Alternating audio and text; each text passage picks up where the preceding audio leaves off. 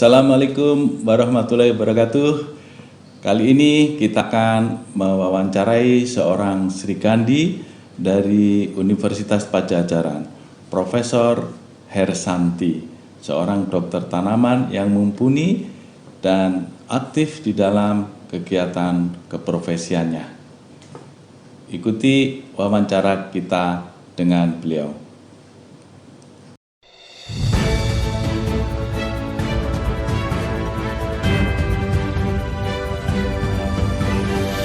Baiklah, kita sapa Ibu Profesor Hersanti. Apa kabar Ibu? Alhamdulillahirabbil alamin. Apa kabar juga Pak Budi? Senang sekali bisa bertemu kembali dengan Pak Budi. Ya. Alhamdulillah di tengah wabah seperti ini kita masih sehat ya Bu. Dan mudah-mudahan kesehatan kita juga menular ke tanaman kita. Karena kita punya tanaman sehat, Indonesia kuat. Nah, kuat, ya. Alhamdulillah. Sebagai awal dari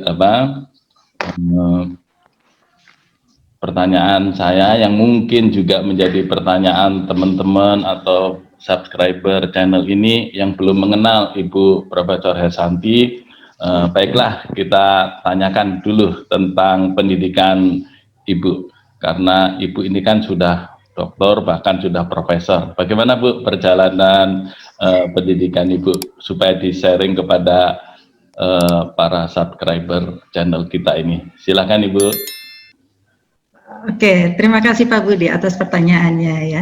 Sebetulnya saya bukan asli Bandung, saya adalah orang Jawa, tetapi lama dari mulai taman kanak-kanak sampai dengan SMA saya berada di kota Cirebon. Jadi saya terakhir itu di kota Cirebon itu SMA-nya SMA Negeri 2 Cirebon ya. Jadi di tahun 1981 saya mencoba untuk ikut tes dulu, itu adalah perintis 1 2 3 4 ya kalau nggak salah di 81 itu dan saya diterima di Universitas Padjadjaran yaitu Fakultas Pertanian.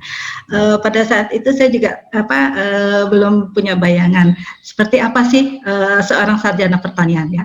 Tapi dengan berjalannya waktu dan pada saat itu tahun 1986 saya lulus di Fakultas Pertanian Universitas Padjadjaran dengan bidang keahlian ada proteksi tanaman.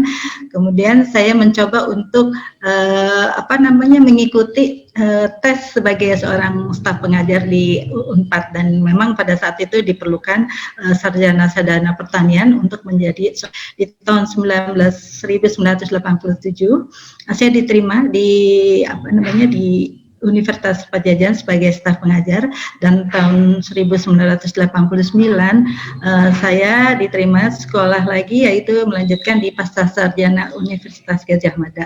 Dan pada tahun 1993 saya lulus sebagai S2 di Pasca Sarjana. Saya sangat senang sekali mendapatkan ilmu yang banyak di bidang ilmu fitopatologi. Pada saat itu saya dibimbing oleh Profesor almarhum Profesor Rano Semangun dan almarhum Pak Hakam.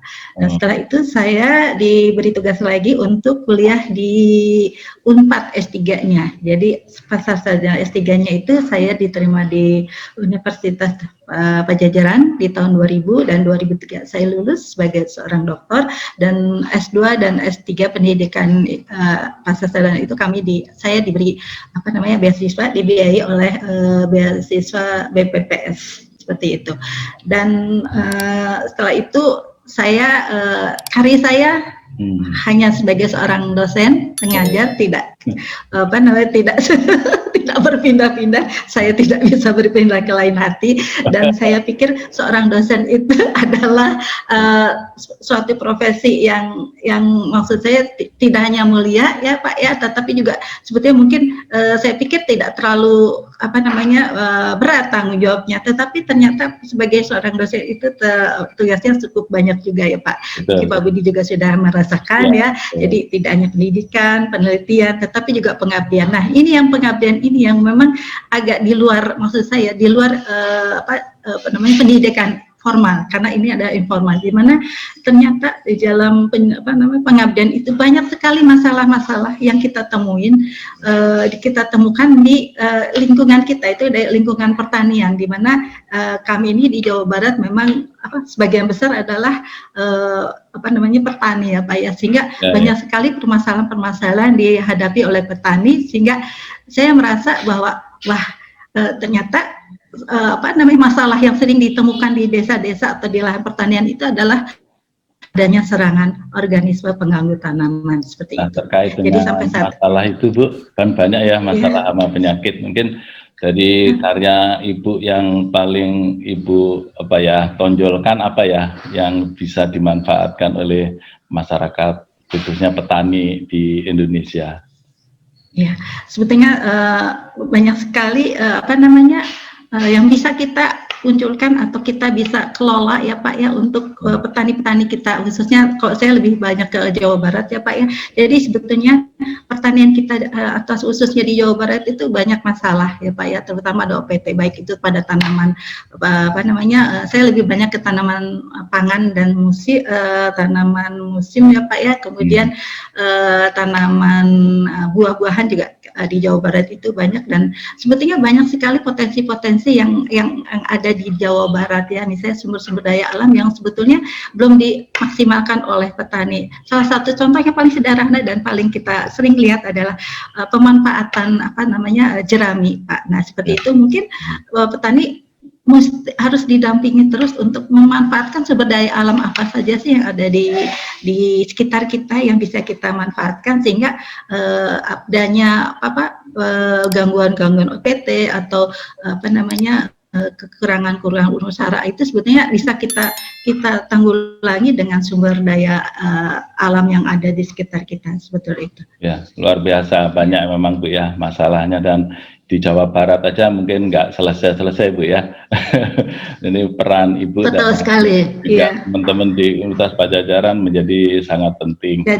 Oke.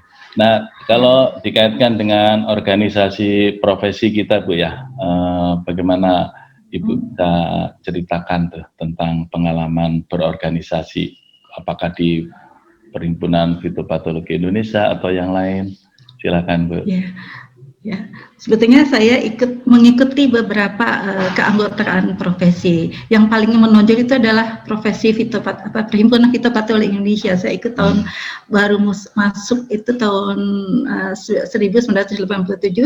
Saya ingat sekali ada. Oh ya, saya hadir itu. Ada Pak Eka Rosjatun kalau nggak salah ya. Di veteran dulu ya kalau nggak salah. Tahun 87. Ini mungkin sudah masuk ya Pak. Semenjak jadi 1987 saya sudah tergabung di Perhimpunan Fitopatologi Indonesia. Sampai sekarang saya pernah juga menjadi Perhimpunan Entomologi Indonesia, kemudian Mikoina itu ada Perhimpunan Mikologi Indonesia, kemudian AMI, Asosiasi Mikoriza Indonesia, kemudian ISAS, Pak ISAS. Nah, saya merasa menjadi anggota perhimpunan itu sangat membantu sekali ya Pak ya, terutama dalam komunikasi penelitian atau selain penelitian juga banyak sekali Pak yang bisa kita dapatkan di dalam atau menjadi seorang anggota suatu perhimpunan seperti itu Pak. Iya betul. Memang. Jadi saya ya hampir 2 tahun sekali saya ya ikut seminar karena saya merasa bahwa dukungan teman-teman, dukungan teman-teman di perhimpunan itu sangat bagus sekali Pak, sehingga ya itu adalah semuanya untuk kepentingan kita semua, khususnya untuk petani. Saya pernah dengarkan Ibu juga pernah mendapatkan Academic Leadership Grant ya Bu ya. Itu grant seperti apa ya? Betul. Itu luar biasa. Ibu bisa ceritakan supaya teman-teman yang lain bisa juga mendapatkannya.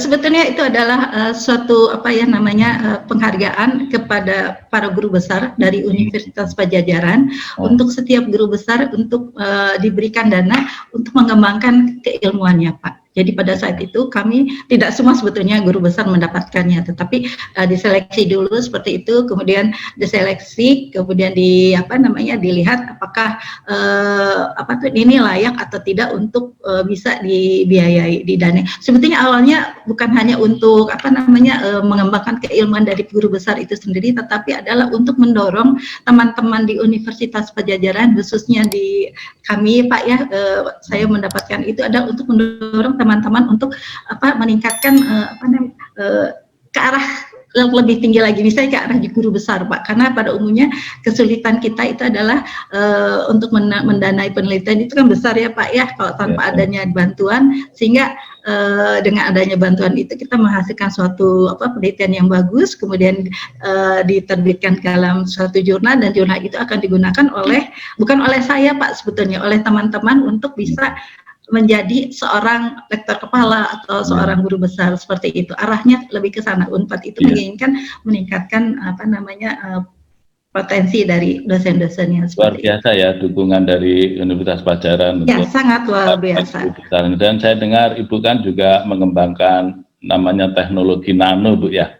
Kalau cucu saya atau ya keponakan saya itu taunya permen nano-nano gitu.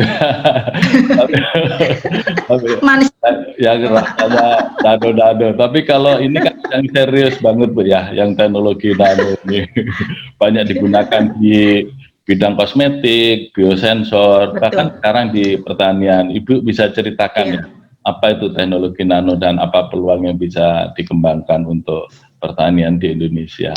Iya, sebetulnya saya mengenal nano itu ya pada saat saya diberi grant oleh Unpad Pak. Jadi apa ya yang bisa dikembangkan ke depan, walaupun memang biayanya cukup mahal ya Pak ya, karena teknologi nano memang memerlukan biaya yang cukup tinggi. Tapi kenapa kita tidak mulai?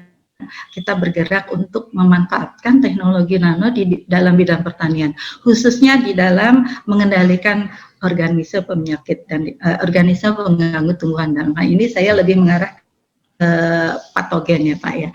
Jadi pada saat itu apa yang saya bisa lakukan adalah bagaimana membuat suatu formulasi, di dalamnya tidak hanya kita mempunyai suatu produk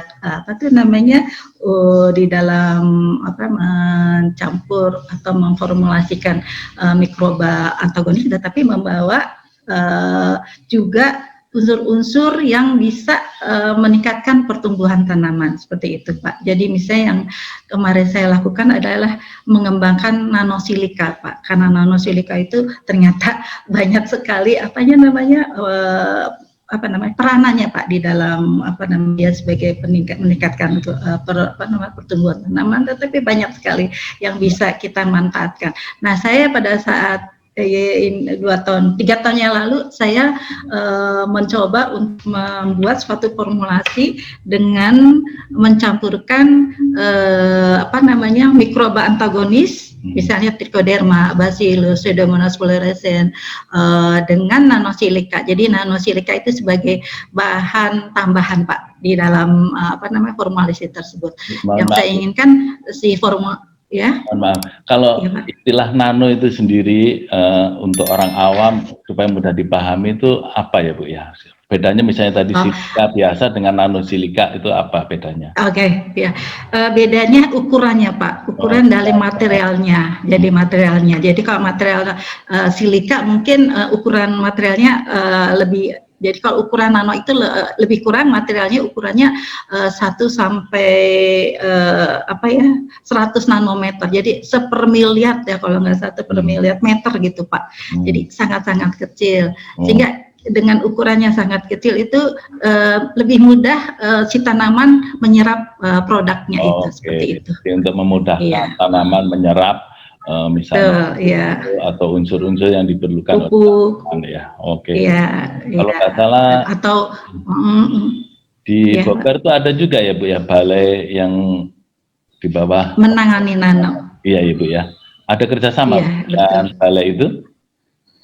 Sebetulnya Tidak ada Pak, saya lebih bekerja sama dengan teman-teman di MIPA ya Pak ya. Jadi kami mempunyai suatu lab ya, Finder USE yaitu Pak, ini baru terbentuk oleh dibentuk oleh teman-teman fisika yang menangani nano. Jadi di situ teman-teman dari kedokteran gigi, kedokteran hewan, kedokteran umum, kemudian MIPA itu bergabung ke situ untuk mengembangkan teknologi nano di bidangnya masing-masing seperti itu. Jadi saya belum bekerja sama dengan yang di Bogor. Ada produknya Bu yang sudah bisa dimanfaatkan petani, sudah dipatenkan atau mungkin sudah diproduksi massal? Sampai saat ini belum Pak. Jadi saya masih mengembangkan beberapa produk nano ya. Contohnya sekarang saya juga mengembangkan nano citosan Pak. Jadi nano citosan kita tahu. Jadi citosan itu kita udah tahu lah Pak ya. Bagaimana peranannya di dalam mengendalikan patogen ya Pak. Tetapi saya ingin melihat apakah dengan ukuran yang lebih kecil ini citosan itu lebih dengan jumlahnya sedikit dan itu akan lebih lagi memberikan efek yang baik untuk mengendalikan tanaman seperti itu. Ya, mudah-mudahan belum ada produk seperti itu. Ibu bisa mendapatkan produk yang Insya Allah Pak. Dimasak dan ya, petani ya Bu. Ya. Insya Allah Pak ya, lagi anak-anak binaan saya Pak lagi. Ya, anak-anak muda sekarang hebat-hebat ya. Ya, mudah-mudahan. Betul, hebat-hebat sekali. Mungkin ada pesan khusus buat yang muda-muda ini Bu, khususnya mahasiswa di bidang pertanian secara umum dan proteksi tanaman secara khususnya gitu. Oke, ya untuk anak-anakku ini karena saya memang sudah sepuh mungkin, jadi saya bilang anak-anakku sebetulnya.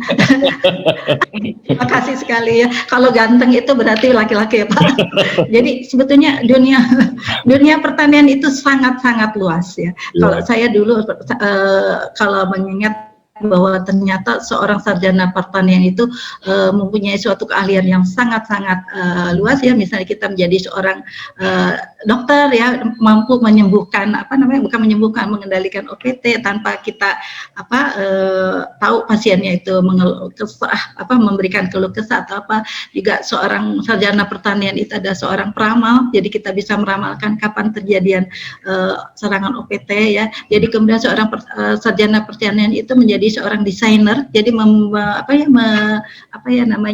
mendesain lahan kita itu menjadi satu lahan yang bagus untuk pertumbuhan pertumbuhan tanaman, terhindar dari serangan OPT. Jadi sebetulnya sangat baik, bagus sekali menurut saya. Dan salah satu yang saya sukai adalah bahwa kita salah satu keahlian kita adalah dokter tanaman. Nah, ini dokter tanaman yang belum muncul ya, bahwa dokter tanaman itu penting. Kenapa penting? Karena kalau tanaman kita terserang oleh organisme pengganggu tumbuhan tanpa adanya penanganan khusus, hasilnya akan gagal atau hasilnya akan menurun. Di mana dengan hasil yang menurun itu bagaimana kita bisa memenuhi kebutuhan hidup kita gitu, seperti itu. Tidak hanya kebutuhan pangan, sandang, papan, tetapi yang tadi Pak Budi katakan bahwa oksigen itu diperlukan oleh tanaman. Dengan kondisi tanaman yang sehat, maka semua insya Allah bahwa kita akan terpenuhi kebutuhan sandang pangan kita. Jadi jangan takut bahwa pertanian itu tidak sesuatu profesi yang katanya berlumpur gitu, tapi ternyata sarjana pertanian itu adalah sesuatu yang